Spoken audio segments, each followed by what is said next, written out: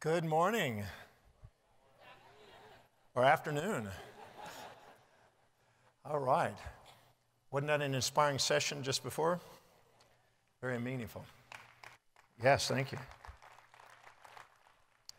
Well, we got to have the ritual in the front row.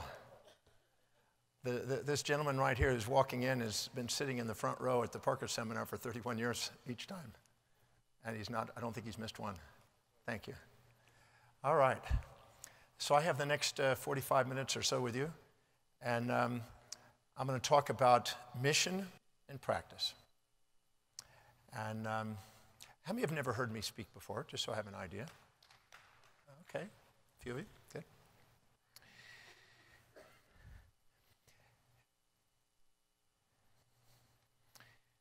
One message that I want to start with, and I'm going to speak to each one of you, and I'm going to speak to your heart. I want you to say to yourself, from this day forward, I give myself permission to do something extraordinary on planet Earth. I give myself permission to do something extraordinary on planet Earth. For it is my destiny. So often, we compare ourselves to other people.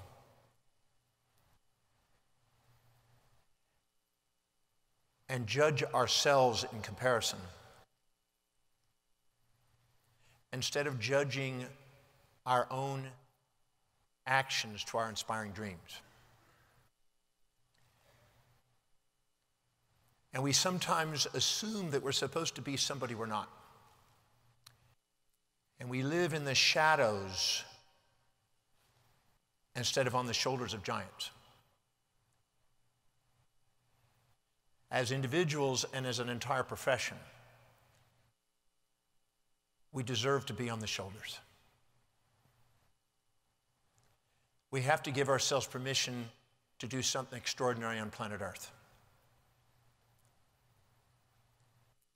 We have been gifted with an insight into human wellness. We've been inspired by a philosophy that the power of healing lies within.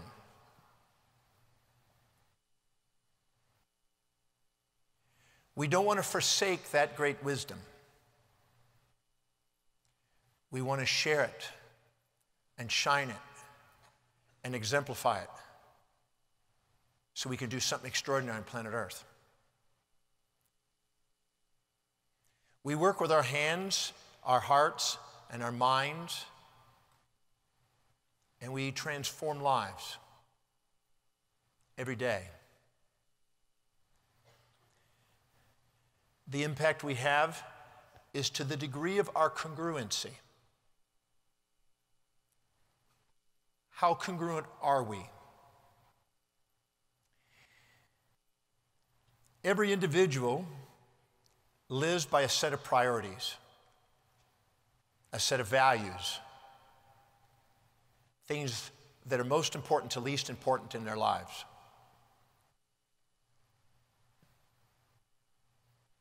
Whatever's highest on our values, we spontaneously are inspired from within to fulfill it. We can't wait to get up in the morning and fulfill that. If our highest value is serving through adjusting subluxations so the power that made the body can heal the body, because we can't wait to get up in the morning and do that, people can't wait to get our service. To this day, I really believe that the greatest marketing tool we ever have is an authentic and inspired mission that's clear. Whatever's highest on our value, the ancient Greeks called the telos, the end in mind. All other activities in our life are ultimately means to that end. Napoleon Hill called it the chief aim. One of my mentors in my 20s, Ed Tellison, called it the magnificent obsession. The thing is so magnificent in your heart that you're inspired and can't imagine doing anything but that. The telos was so important to the ancient Greeks, they made a study of it. And they called it teleology. Jim Parker, for many decades, taught the science of being naturally right, teleology. Teleology stands for the study of meaning and purpose. When we live congruently and in alignment with our highest values, not only are we inspired to get up and do and fulfill that, but we feel it's the most meaningful thing, the most inspiring thing, the most magnificent thing we can do. It's our purpose. Our purpose, when lived congruently, initiates an expansion of who we are.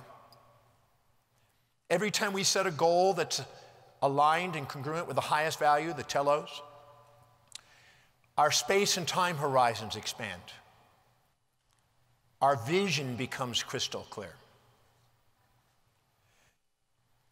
The primary thing that stops us from living by the telos is that subordination to outer influence.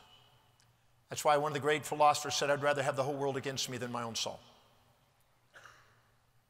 Your telos is the direct line to the soul, the state of unconditional love for your life, because when you're doing what you really love every day and you're inspired by it, you feel grateful and you have grace and you're inspired. And every human being on the planet is magnetically attracted to anybody who's exemplifying this authenticity. Our patients are magnetized through the science of being naturally right when we're authentic and congruent and we're inspired and clear on our mission of service. In the Book of Wealth by Hubert Howe Bancroft, he mentioned three great principles that stood for the greatest wealth in the world, the individuals, organizations, and institutions that achieved great wealth. And one of them was that they felt by divine providence and human sovereignty that they were destined to serve vast numbers of people. When a person is living congruently with what's truly meaningful to them, they automatically expand their space and time horizons. They automatically are service-oriented. They automatically look for challenges because they can embrace support and challenge equally in the pursuit of their purpose. And they love tackling the challenges of making a difference in the world, serving people. And they have a yearning, almost a feeling of impossibility not to make the difference, a destiny factor when they are automatically congruent.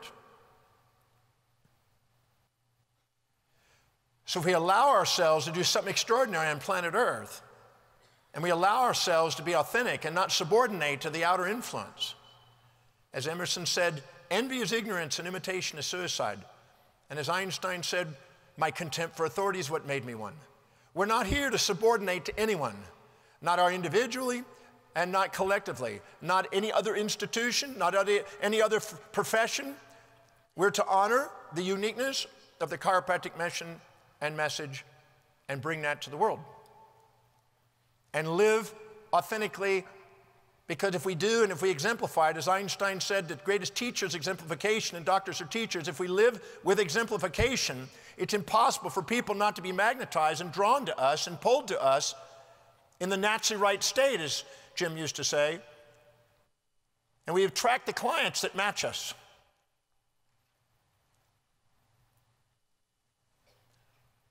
Every time we set a goal that's aligned with our values, we have the highest probability of achievement. Our identity revolves around that highest value.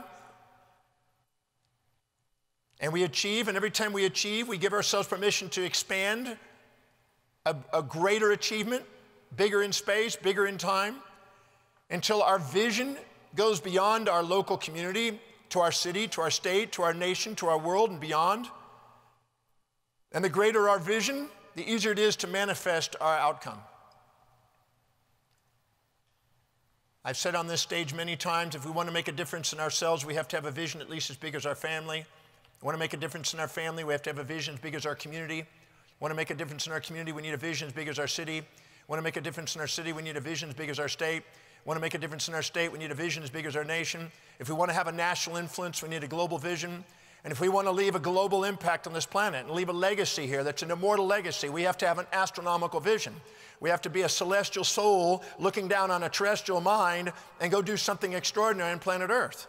And we have to give ourselves permission from an authentic state, from the telos, to live a chiropractic message and mission and vision and let nothing on the outside stop from the vision from the inside. If we do, no mortal can interfere with our immortal vision. Because the magnitude of our space and time continues to expand until it extends beyond our own mortal existence. And there's something magnetism that we have when we're in that state. We draw and magnetize people. We synchronize. We're at the right place, right time to meet the right people and synchronize. The second, we're authentic.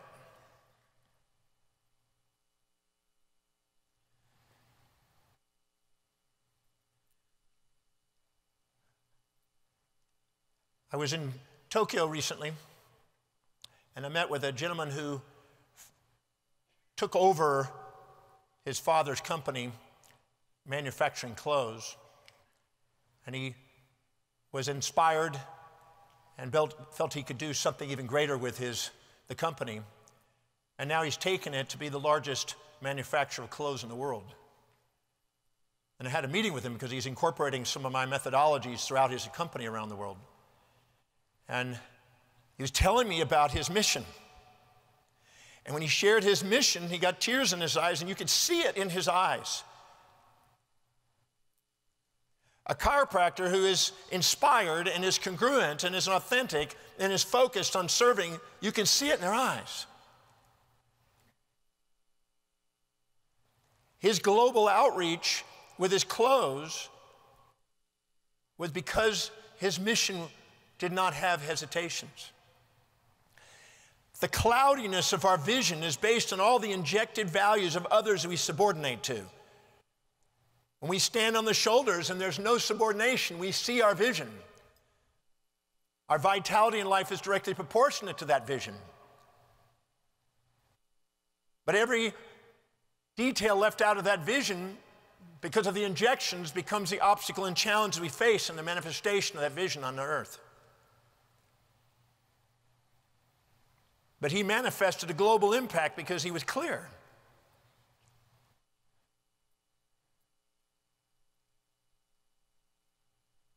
I've been asked in leadership conferences, is this something that we're born with or something we can develop? The answer is both.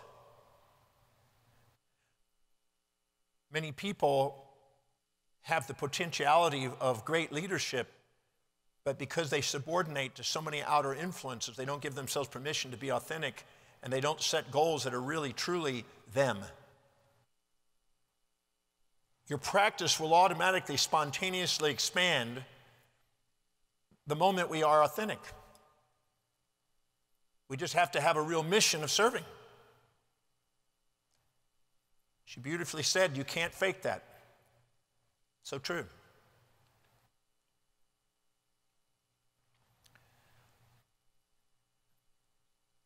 I had dinner with a gentleman, Bill Pollack, who owns Drake International Corporation. He's in his late 80s now. He told me at a French restaurant in Sydney, Australia, he said, in 1951, I opened up my business, and that was the last day I ever went to work. Because once I found out what my calling is, it's never been work. I can't wait. As Warren Buffett says, I tap dance to work. This gentleman does not look his age. You get a timeless mind and ageless body when you become present.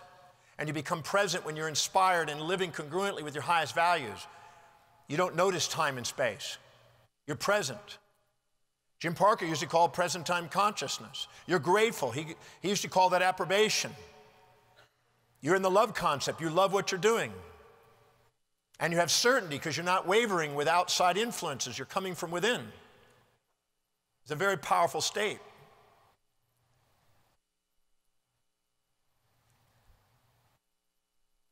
Peter Lynch used to be with Fidelity.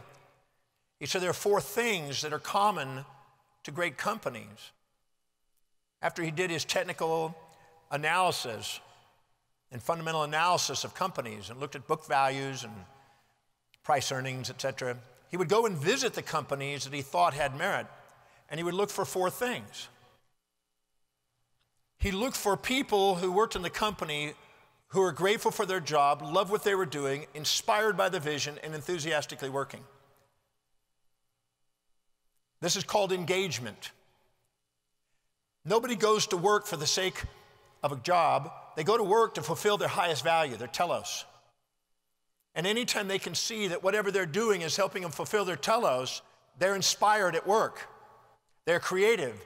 They take ownership of the job. They come up with solutions. You cannot stop a company from growing. You can't stop a practice from growing the second the people are with those 4 states. They're grateful for their job, they love what they're doing, they're inspired by the vision, and it's clear, and they know what they're dedicated to, and they're enthusiastically working. Time times intensity gives results. The more intensely they focus, the more they cluster their activities, the more empowered they are, the more powerful that magnet at attracting naturally right patients. I've had my stinking thinking ingratitude attitude in my office, and I've had people dissipate, and I've also been on track and on target and on tune and on time and focused, and I've seen the telephones ring and people come in. The universe rewards authenticity. The universe rewards congruency. It rewards exemplification.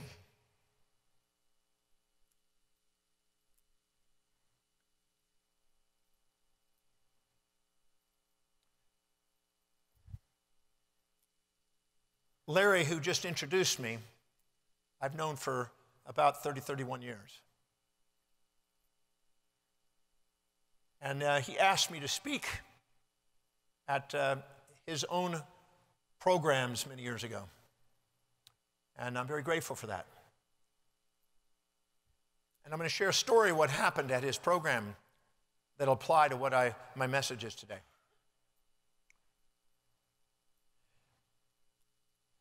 I was in New York speaking at his conference at a Marks and Management program that he was providing. He had about 400 well-dressed doctors and staff in a room. It was first class. And I was the guest speaker, so I was finally led up and introduced and started speaking. About 45 minutes into my first session, which is about an hour and a half, way in the back of the room, I saw a gentleman come in late. Everybody else was prompt. This gentleman came in late, and he had a lime green suit on. Everybody else had black and blue suits and gray suits, and this gentleman came in a lime green suit. Looked like something from maybe the 70s. He sat way in the back, and I was speaking, and I noticed him. I couldn't help but see him because he just stood out. And I was talking about prioritizing what you do in your practice. As long as you do low priority things, you'll have a low priority practice. You have to make a list of everything you do in your practice and look at how much it is meaningful, how much it produces, how much it serves.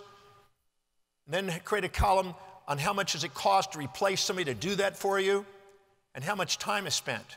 It's wise to prioritize what you do and identify the most important thing you can do as a chiropractor and make sure you delegate low priority things or lower priority things to other people so you can surround yourself with people who are inspired to do the things that are necessary and essential, but not by you.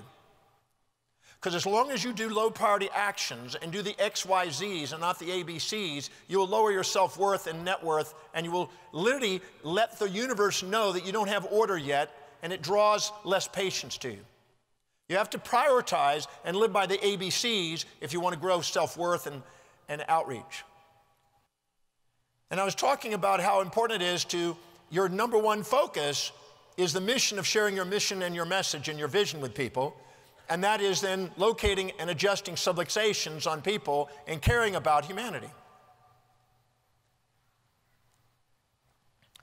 And I shared some stories about some cases in my practice that were heart-opening.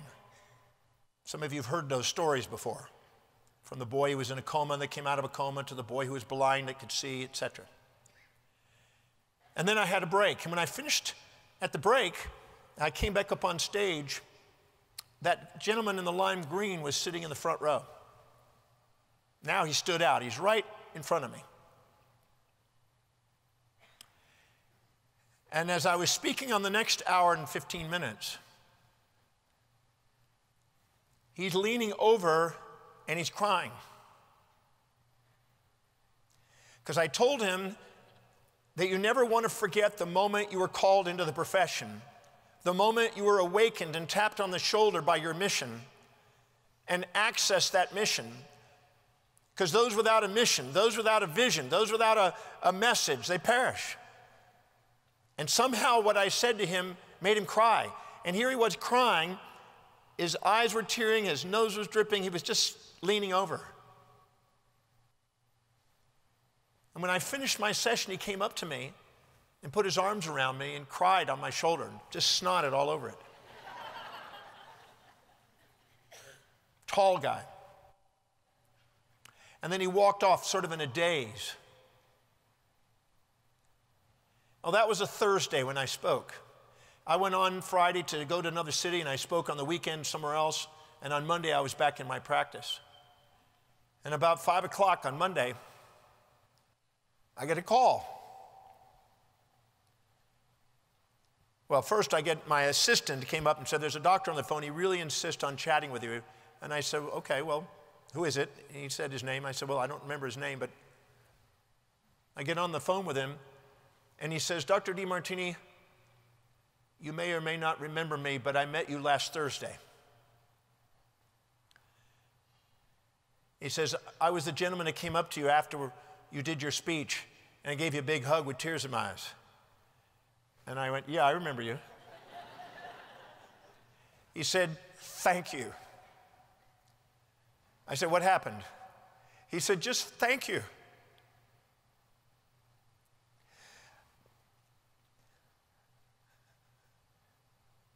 Your speech got to me. You see, Dr. Demartini, I graduated from chiropractic college 10 years ago. And when I graduated, I always thought doctors that went to seminars, if they had to go to seminars, they weren't very good. I thought if I was good at what I do, people would just come and find me. Well, I went out into practice, and Dr. Demartini, I have floundered for a decade. I've struggled for a decade. My wife is a teacher. If it wasn't for her teaching income, I wouldn't be in practice. The most I've ever seen is 18 patients. I average 9 a day.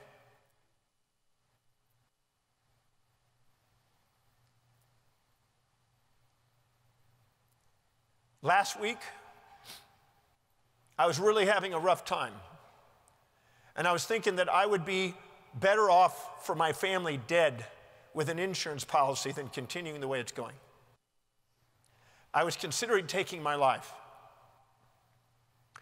I happened to talk to a couple buddies, and they said, instead of taking your friggin' life, why don't you go learn how to be a chiropractor and go to a seminar and learn how to grow your practice? He says, I've never been willing to do that, but when I hit bottom, I decided it's time I better do that before I take my life. So I heard about this seminar that Larry Markson was putting on. And I had this preconceived idea about seminars. And I drove for almost 6.5 to 7 hours to get to that seminar from where I live. I was driving in the same car that I graduated from chiropractic college in because I haven't been able to afford a new car. When I pulled up in the parking lot, I was so embarrassed I saw people I even graduated with. I was so embarrassed that I'd pull way out in the back of the parking lot, away from everybody, while they were all going in. I sat in my parking lot, and I ducked down low so nobody could see me. And I looked over the steering wheel until everybody was in. And it took me almost a half hour to gain the courage to walk in there. But I thought, if I don't go in there, I'm going to kill myself. So I finally got in there and I walked in. And I came in the back of the room. And I told him I remember when he came in.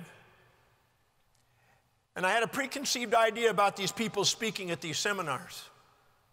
And there you were, this fast-speaking, wiry, skinny guy talking about the cosmic AT&T system and about if you're clear on your mission, you're going to draw patients to you. And I thought, this guy's nuts. And I was just about to walk out, and you said that I didn't choose chiropractic, it chose me. And never forget the moment you were chosen.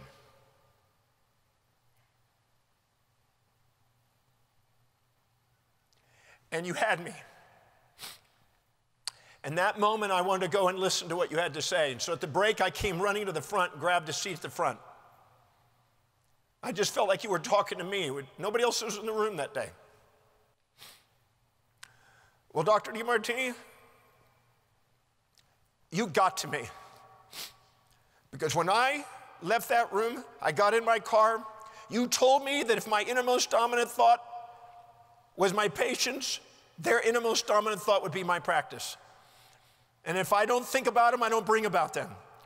And you told me if whatever number of patients you can rattle off the top of your head is the number of patients you'll average in a day. And if you can't think about them, if you don't know their names, you don't know their families, you don't know their children, you don't know their subluxations, you don't know what's going on in their life, you're not really caring about them. Because if you care about them, they're at the tip of your mind. So all the way back, I sat there and I tried to remember every patient I've ever served since I opened in 10 years. And I wrote them down on a piece of paper as I was driving. And I was just thinking in my mind, I just can't wait to go back and serve these people.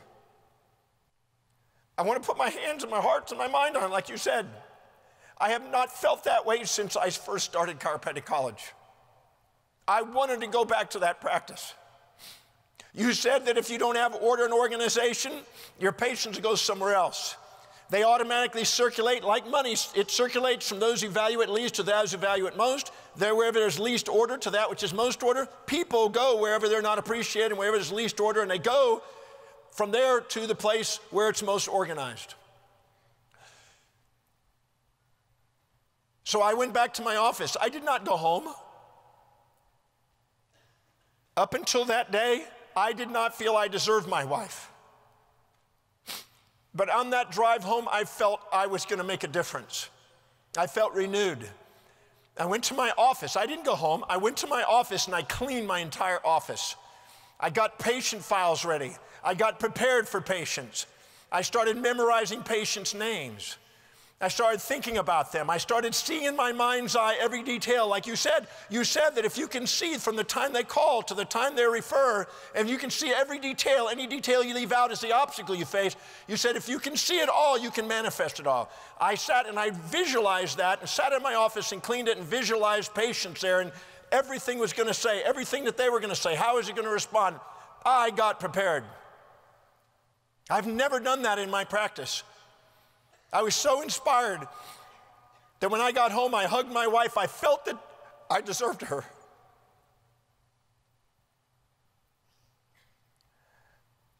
Well, Dr. Demartini, I was in my office today. I saw 52 patients. People that were not scheduled showed up. People that were not referred. People walking came by. People I hadn't seen in all this time. The people I thought about on the drive here showed up. This cosmic AT&T system is real.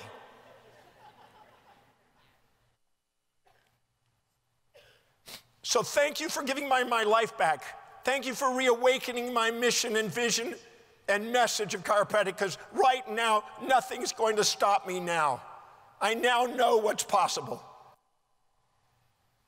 We got to give ourselves permission to do something extraordinary on planet Earth.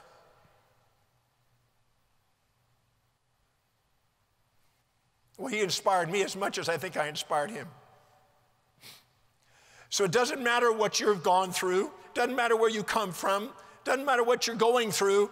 What matters is your mission. And if you haven't got clear on that mission, I'd get on your knees and I would sit there in humbleness and I would say, dear divine order, divine intelligence, innate intelligence, universal intelligence, guide me, direct me. Let's get on track and on target and on tune with what my mission is.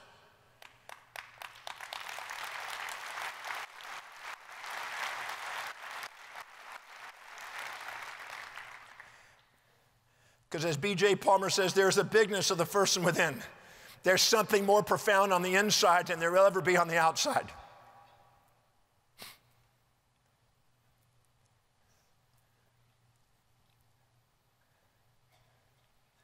When I was 18 years old, I attempted to go back to school. Some of you know I was told I would never be able to read or write or communicate, never amount to thing, never go very far in life. So I went back and I tried school, and I failed my first test.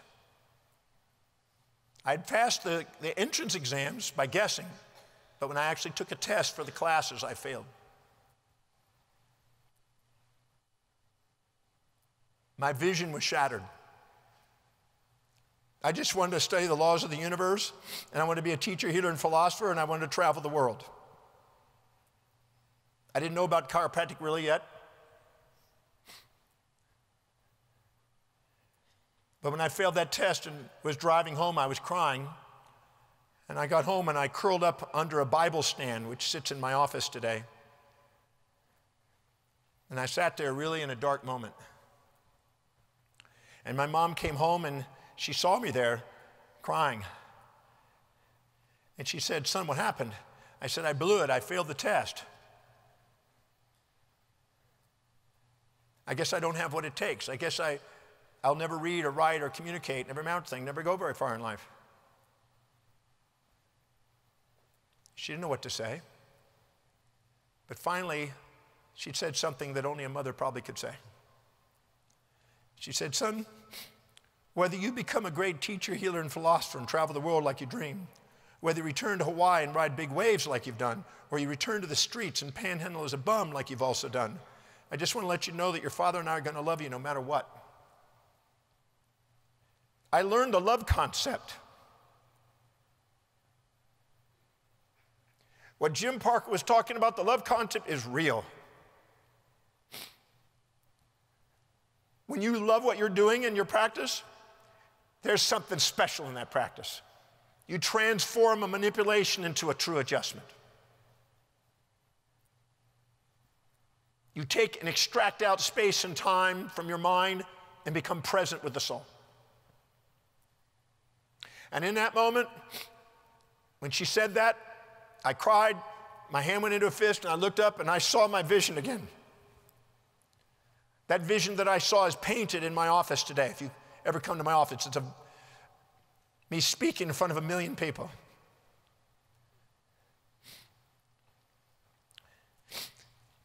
And with my hand in my fist, I said, I'm gonna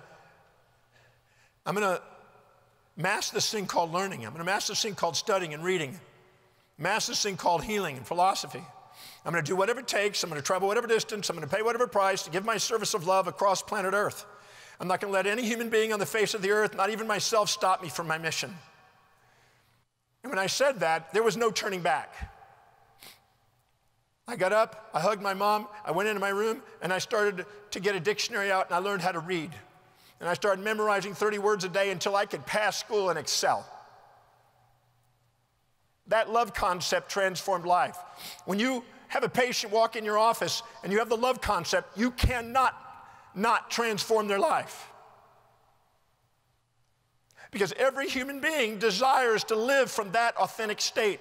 and by you exemplifying it, there's a magnetic power that you have that automatically draws more people. They can't wait to want to refer. You have the God within, the Spirit within, and enthusiasm within that's not stoppable. Well, I took off in school.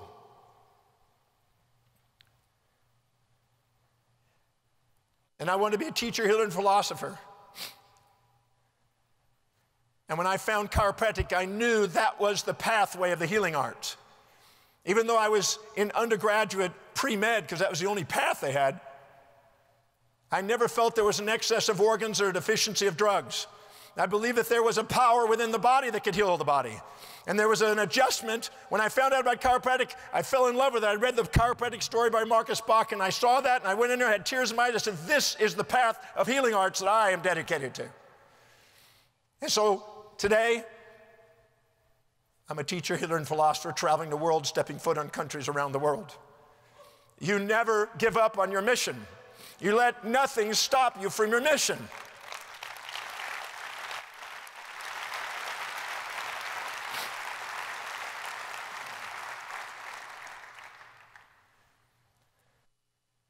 When I was in chiropractic college,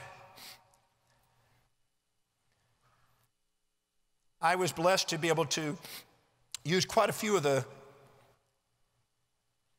treatment rooms in the clinic. I did very well in the clinic. I helped other doctors get through their credits. I had an CA actually working for me there.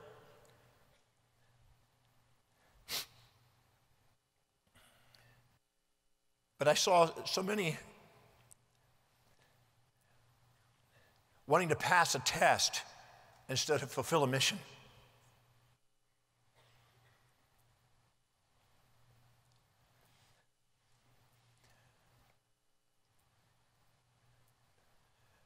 Don't settle for mediocrity. Every day, every week, every month, every year, give yourself permission to raise the standards. I've said there's 5 S's of leadership. Know what your service in the world is. Gain specialized knowledge in it. Dedicate your life to being a master of adjusting, a master of procedures, master of philosophy, a master of practice building. Master it. No option. When they were interviewing Warren Buffett about what he loves to do, he has delegated everything else away except what he loves doing, which is reading every day and thinking and analyzing and doing what he does best. You need to get and extract out of everything you do down to the highest priority things. When I was in practice, I realized the most significant thing I could do is going sharing the message. Breakfast, lunch, or dinner with groups of people to enroll new patients and train doctors to help me in all the procedures. And then adjust the highest priority patients. Anything less than that needs to be delegated. Because you won't be inspired unless you're doing what you're here to do. And the moment you do, you won't be able to stop the expansion because it's innate. It is our nature. It is our destiny to expand. And we're not here to subordinate as an individual or as a profession. And I'm seeing some of this as I'm traveling. I'm seeing some subordination of our own profession to other professions. I don't want to be second to another profession. I want to be first as a chiropractor.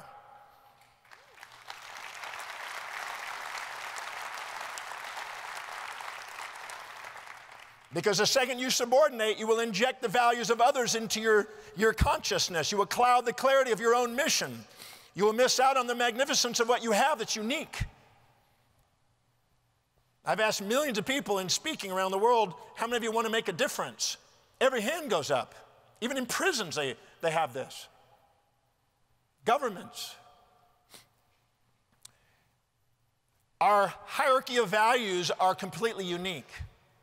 So if we're living truly, authentically, and congruently with our highest values, there is no 2 people with the same set of values. So if you want to make the greatest difference, just be authentic to yourself. Being inspired by your own unique mission, knowing that you will probably get ridiculed, violently opposed, and even fought against by fulfilling it, will eventually leave you self-evident with a new paradigm, a new convention of thinking. You got to give yourself permission to be that extraordinary person. Anything less than that is a lie.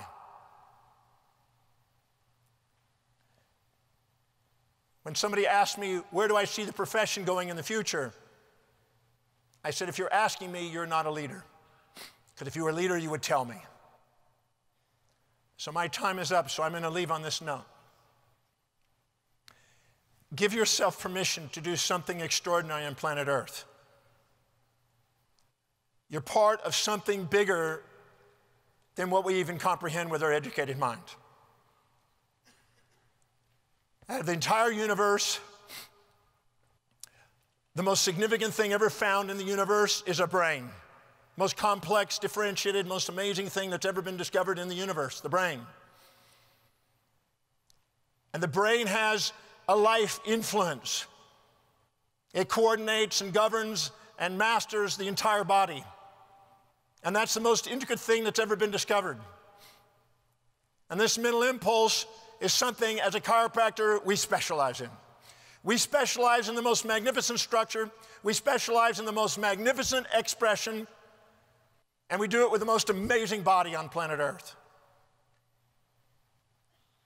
So let's go forward from that perspective, that we have something special on planet Earth as a mission and a message and a vision to share. And let nothing on the planet stop us from fulfilling our mission. Thank you.